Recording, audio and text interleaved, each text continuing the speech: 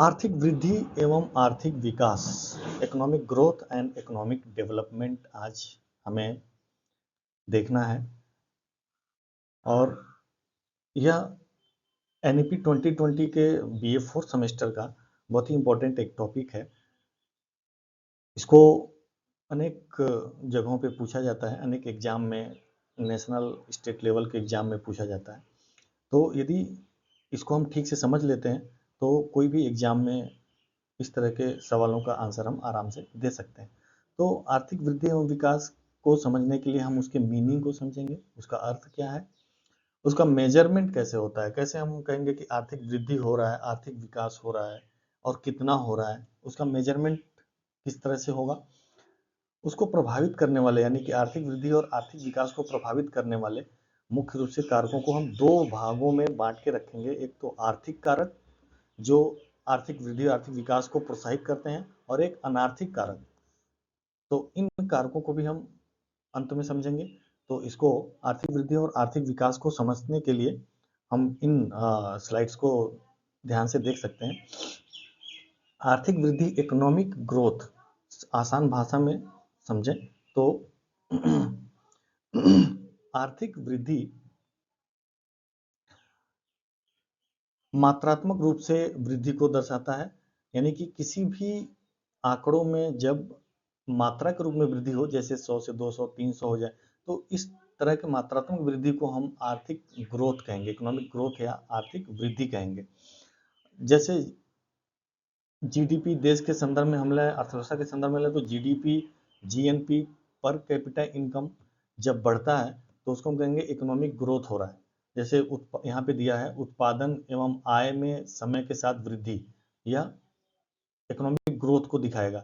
तो ये हमें ध्यान रखना है कि जब भी आंकड़ों से संबंधित बात है तो हम कहेंगे कि ये इकोनॉमिक ग्रोथ है, और जब भी जीडीपी, जीएनपी में वृद्धि की बात आए, जीडीपी मतलब राष्ट्रीय आय हो गया, तो देश के सीमा के भीतर उत्पादित वस्तुओं एवं सेवाओं के मूल्यों में यदि वृद्धि होता है तो उसको हम कहेंगे कि आर्थिक ग्रोथ हो रहा है, इकोनॉमिक ग्रोथ हो रहा है, आर्थिक वृद्धि है। केवल आर्थिक पक्ष को ये दिखाता है, इकोनॉमिक एस्पेक्ट को ये दिखाता है। एक उदाहरण लें तो यदि जीडीपी 200 लाख करोड़ रुपया से बढ़ करके एक वर्ष में 220 लाख करोड़ रुपया होता है, तो हम कहेंगे कि प्रति वर्ष जीडीपी की जो ग्रोथ है, इकोनॉमिक ग्रोथ है, इकोनॉमिक ग्रोथ किस दर से हो रहा है, 10% की दर से हो रहा है। तो ये आर्थिक वृद्धि कहलाएगा। तो आसान भाषा में इसको समझें तो आर्थिक वृद्धि, इकोनॉमिक ग्रोथ मात्रा की वृद्धि से संबंधित है। जैसे किसी बच्चे का यदि वेट बढ़ता है, हाइट बढ़ता है, तो ये हम एक मात्रा में दर्शाएंगे। हाइट को दर्शाएंगे कितना फीट का हो गया, वेट में दर्शाएंगे इतना किलो का हो गया। तो जब भी मात्रा की बात आएगी तो हम कहेंगे कि ये आर्थिक वृद्धि है, इकोनॉमिक ग्रोथ है। और यदि हम उस बच्चे के व्यवहार का अध्ययन करेंगे कि वो जल्दी से सीख पा रहा है, नहीं पा रहा है, भाषा सीख ले रहा है, नहीं सीख ले रहा है जल्दी से, पढ़ाई को समझ ले रहा है, नहीं समझ पा रहा है, जो सिखाया जा रहा है वो बातें सीख रहा है कि नहीं सीख रहा है, तो हम उसको विकास कहेंगे। वो उसका मात्रा से संबंध नहीं है, उसका क्वालिटी से संबंध है, उसका गुणात्मक सुधार से संबंध है। तो जब उसकी क्वालिटी में इम्प्रूवमेंट हो तो उसको हम कहेंगे आर्थिक विकास, जब उसके क्वांटिटी में इम्प्रूवमेंट हो तो उसको कहेंगे इकोनॉमिक ग्रोथ, आर्थिक वृद्धि। इसी चीज को हम अर्थव्यवस्था पर लागू करते हैं। जब अर्थव्यवस्था में आर्थिक वृद्धि होती है तो इसका मतलब जीडीपी बढ़ रही है, पर कैपिटा इनकम बढ़ रहा है, और लोगों की आय बढ़ रही है, लोगों का जो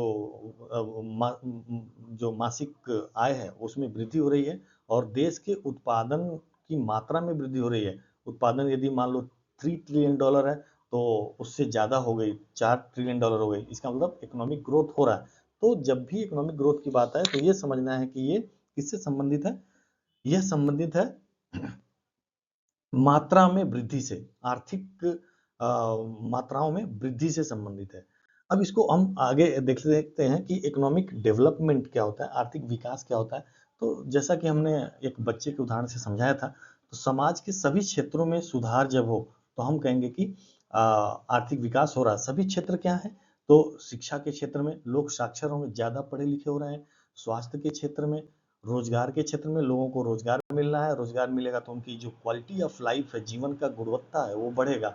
जीवन स्तर में वृद्धि हो रहा है, यानी कि उनके रहने सहने के स्तर में वृद्धि हो रहा है, अच्छे से रह रहे हैं, अच्छी वस्तुओं का उपभोग कर रहे हैं और अच्छा जीवन जी रहे हैं, यानी कि लंबी आयु का जीवन जी रहे हैं। तो हम कहेंगे कि ये आर्थिक विकास हो रहा है। दीर्घकालिक प्रक्रिया है ये, इसमें थोड़ा टाइम लगता है, सीखने में टाइम लगता है। जैसे कोई बच्चा है तो उसको हाइट और वेट तो बढ़ाने के लिए कुछ हमें करना नहीं होता है, वो अपने आप होता रहता है। लेकिन उसका जो विकास है, यानी कि उसके जो संस्कार हैं, उसमें जो सीखने की क्षमता है, उसमें जो समझने की शक्ति है, वो निर्भर करता है कि कितना तेजी से हो रहा है। वो एक थोड़ा सा दीर्घकालिक प्रक्रिया है। उदाहरण के रूप में जैसे गांव में स्कूल होना, अस्पताल होना, रोजगार के नए अवसर होना।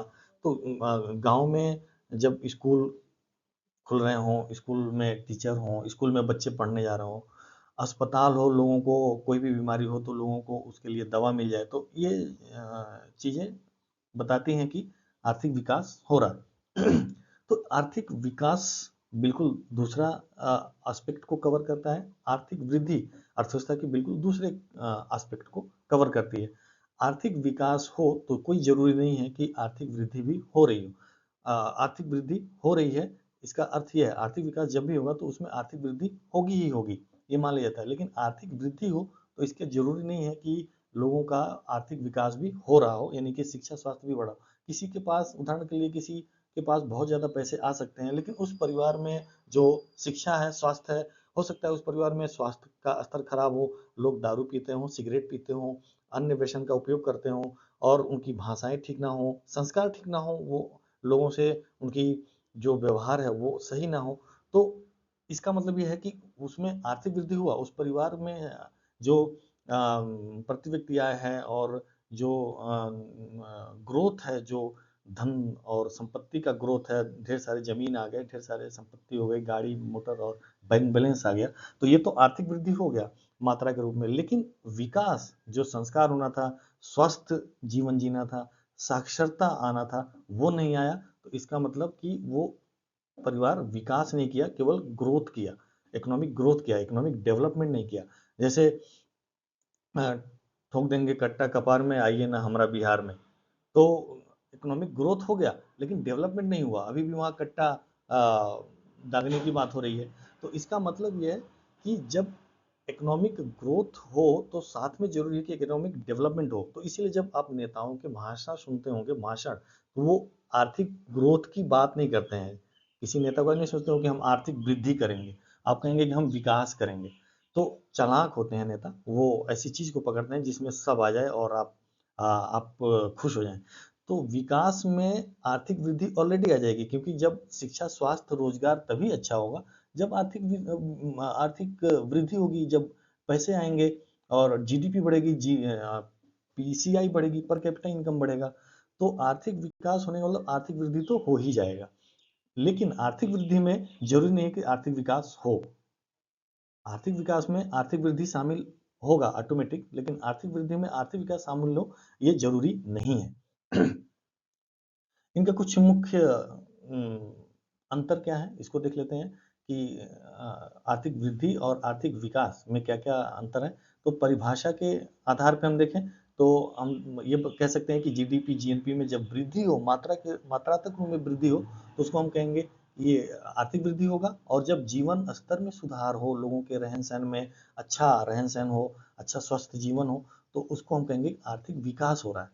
प्रकृति के आधार पर हम अंतर कर सकते हैं, इसकी प्रकृति मात्रात्मक रूप में है, इसको मात्रा के रूप में व्यक्त कर सकते हैं, 100 200 400 500 मात्रा के रूप में व्यक्त कर सकते हैं। इसमें विकास में गुणात्मक वृद्धि होती है, सुधार होता है, किसी का जीवन स्तर में सुधार हो रहा है, अच्छी जीवन जी रहे हैं, अच्छी भाषा, क्राइम कम हो रहा है, अपराध कम हो रहा है, तो इसको हम गुणात्मक रूप में देखते हैं।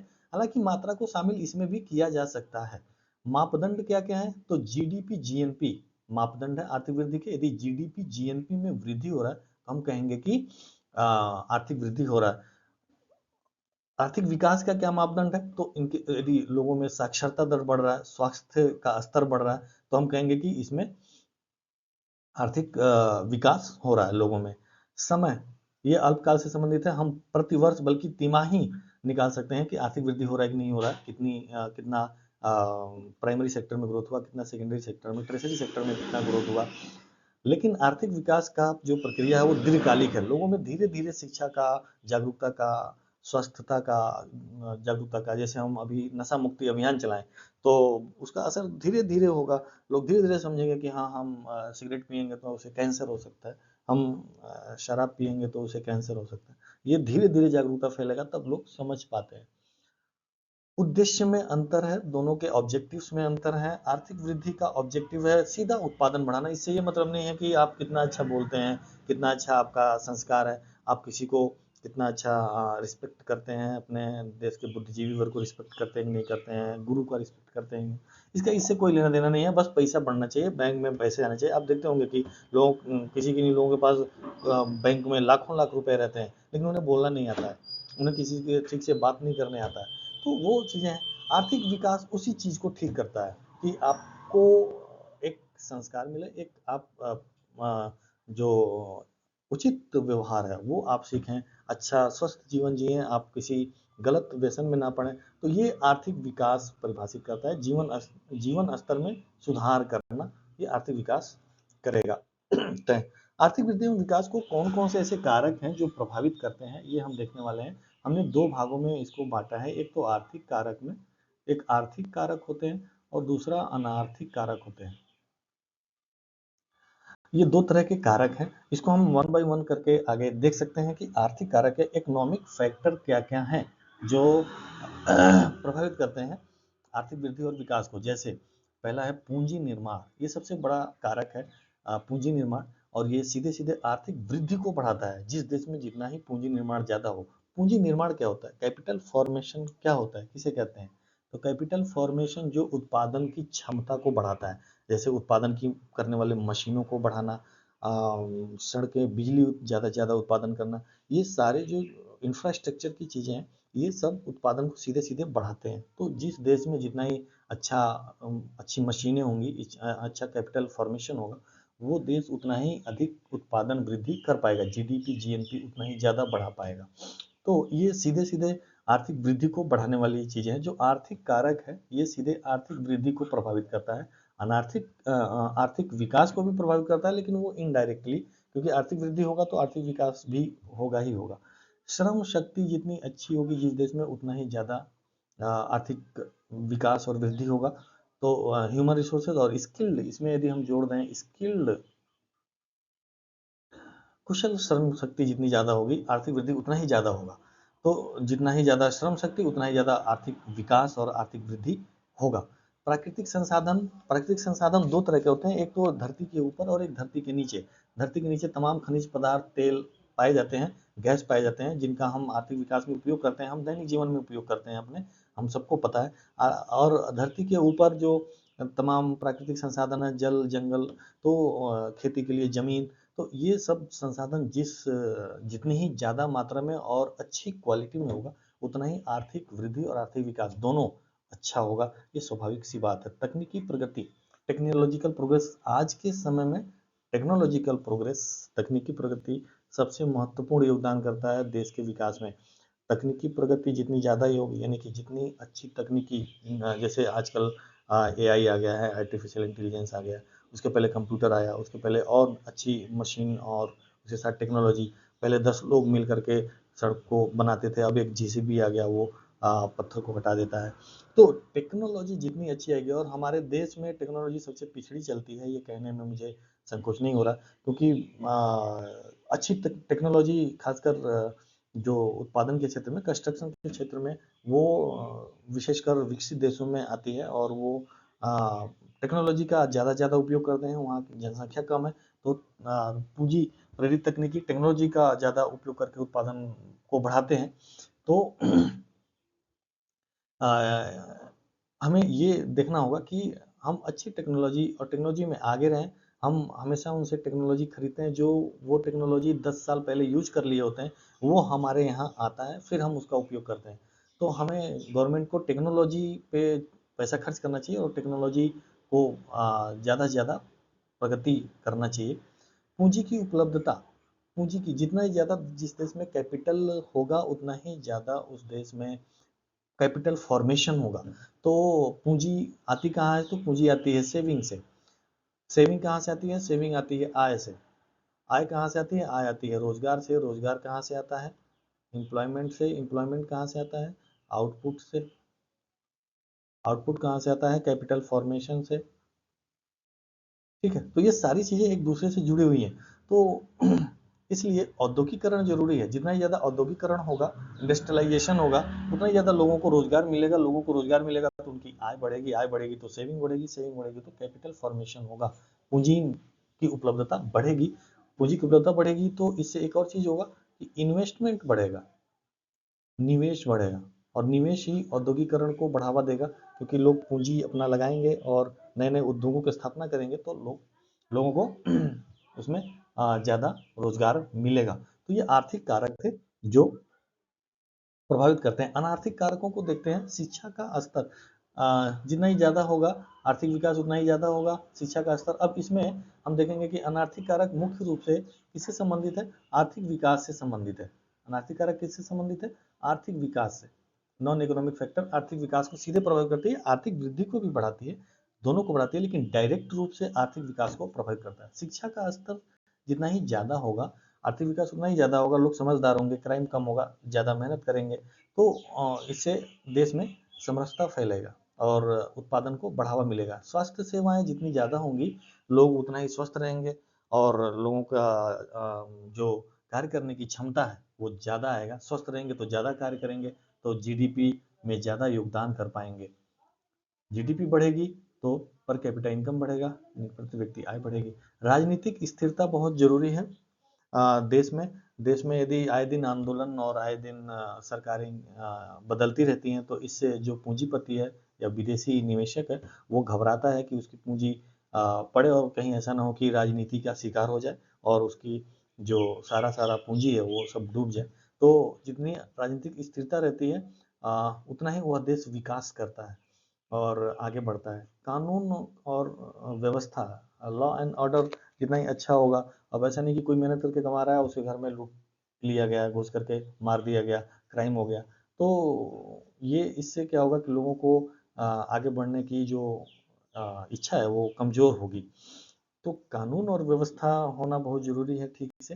अ, साइबर क्राइम आजकल फोन पे ही सारा पैसा ट्रांसफर करा लिया जा रहा है और इससे लोगों की जो मेहनत की कमाई है वो सब खत्म हो जा रहा है। तो ये चीज़ें गवर्नमेंट के अंडर में आती है। गवर्नमेंट को इसको और ठीक करना चाहिए ताकि इस तरह के क्राइम ना हो, जिससे कि लोग मेहनत करने के लिए प्रेरित हों, श्रम करने के लिए प्रेरित हों। सामाजिक सांस्कृतिक वातावरण जितना अच्छा होता है देश में, देश वह उतना ही समृद्ध माना जाता है और विकसित माना जाता है, विकास करता है। तो इस पे भी हमें ध्यान देना चाहिए। शासन की नीतियाँ और योजनाएं जितनी अच्छी होंगी, वह देश उतना ही विकास करेगा।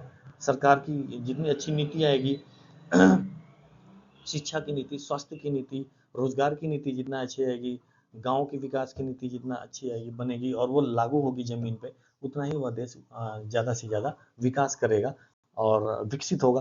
तो ये आर्थिक और अनार्थिक कारक हैं जो तय करते हैं कि आर्थिक वृद्धि और आर्थिक विकास किस मात्रा में होगा। तो इसके आगे यदि निष्कर्ष रूप में देखें तो आर्थिक और अनार्थिक दोनों प्रकार के कारक देश के विकास में योगदान करते हैं। अभी हमने देखा सकारात्मक कारक देश की प्रगति को तेज करते हैं। संतुलित विकास के लिए दोनों महत्वपूर्ण योगदान करते हैं, दोनों जो आर्थिक और अनार्थिक कारक हैं।